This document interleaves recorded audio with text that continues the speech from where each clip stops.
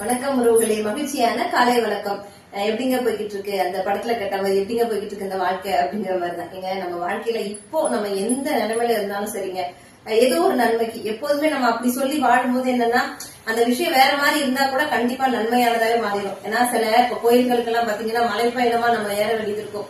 போய்கிட்டு இருக்கும் போதே பாத்தீங்கன்னா பாதி வழியில வந்துடலாம் போல அப்படிங்கிற மாதிரி இருக்கும். ஏன்னா போற பாதை அவ்வளவு கடினமா இருக்கும். ஆனா அங்க போய் நம்ம அந்த சுவாமியை தரிசனம் பண்ண உடனே எப்படி இருக்குன்னு கேட்டீங்கன்னா, நம்ம நடந்து வந்து அவ்வளவு பாதைகள் எல்லாம் நம்ம கண்ணுக்கு நம்ம மைண்ட்லயே இருக்காது, மறந்தே போயிடும் இல்லைங்க. என்ன நமக்கு அழகான இறைவனோட தரிசனம் கிடைக்கும் அப்படிங்கிற மாதிரி நம்ம வாழ்க்கையில நம்ம எந்த நிலைமையில இருக்கிறோமோ சரிங்க, அது நம்ம வாழ்க்கைய ஒரு ஒரு அற்புதமான ஒரு வாழ்க்கை நமக்கு கொடுக்க போகுது அப்படிங்கிறதுக்காக தான். அதான் நம்ம சொல்லுவோம்லாங்க, சும்மா கிடக்கிற ஒரு கல்லு அவ்வளவு அடிகளையும் வலிகளையும் தாங்கினாதான் அழகான சிலையா மாறும் இல்லையாங்க. அது மாதிரிதான் நம்ம வாழ்க்கையில இப்ப எந்த நிலைமையில இருந்தாலும் அது நமக்கு ஏதோ ஒரு நன்மைக்குதான்.